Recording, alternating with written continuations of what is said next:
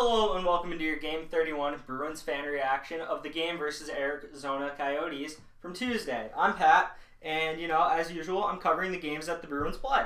And in this game, it was a pretty wild one, but before I get into that, I just wanted to bring up a few stats about Arizona that I realized the day before the game. I tweeted this out on my Twitter. And fun fact about the Arizona Coyotes, they have the best penalty kill in the league at 90.2%, which is insane. They're about 6% above the next closest team, which is the Minnesota Wild. So they're ahead by a decent margin in that. They've scored 11 goals while shorthanded and have only given up 8.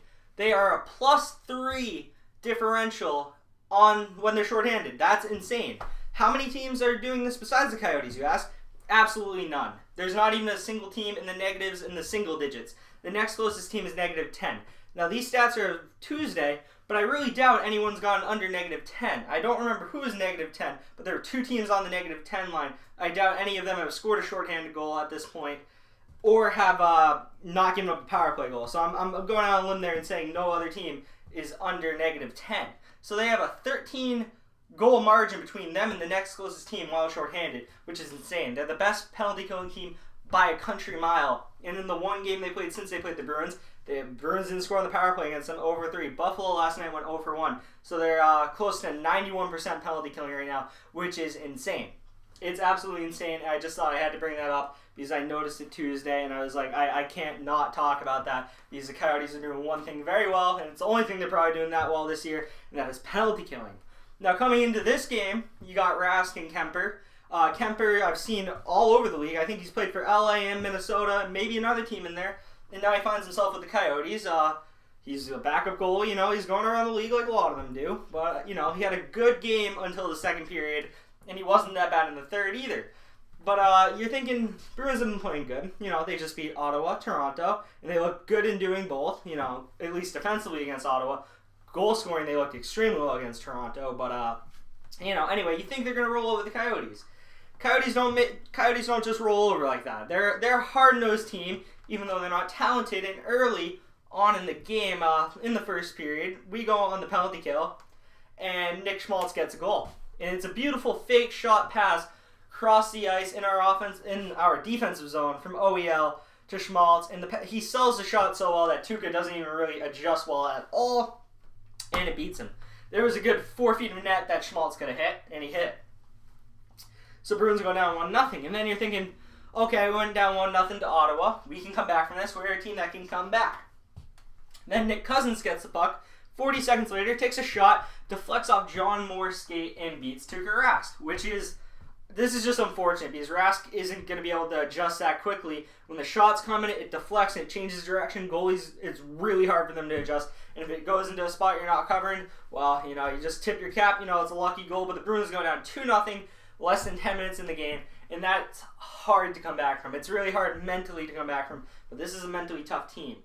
And another guy who's very tough is David Backes. And if you look at the picture directly above the scoreboard, right above the Coyotes logo down there, you'll see that David Backes takes a skate to the face, takes it right up here, and he books it to the locker room because he took that. It was bad. I got nervous it was the throat at first because that could be life-threatening at that point.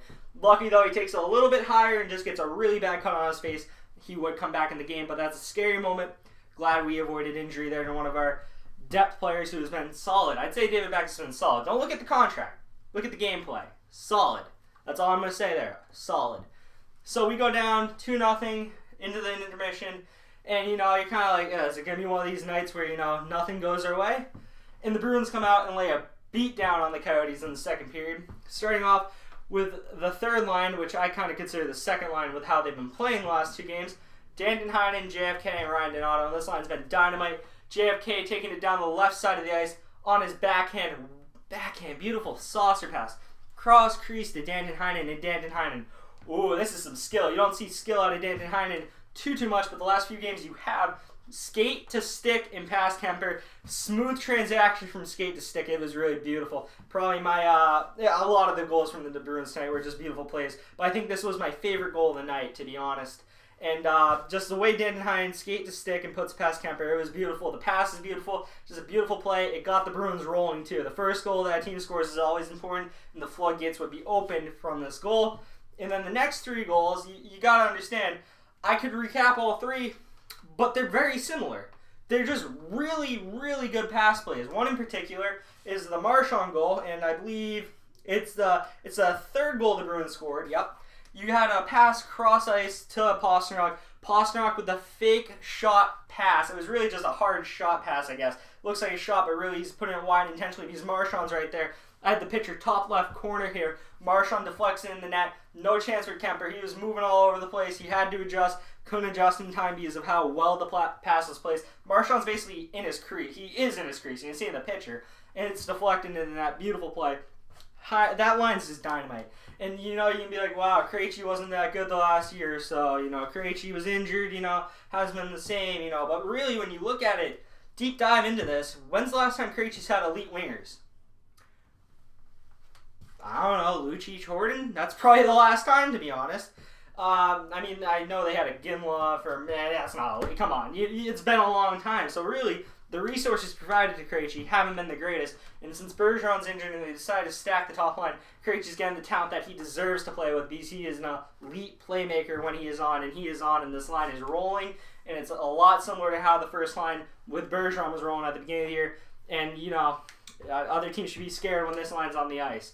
And if that JFK, Heinen, and I meant Donato line is rolling, which they are. You got two lines rolling right now for the Bruins, and hopefully they can both keep it up, especially heading into Friday against Pittsburgh, which is another team that can put up 5 on you on any given night.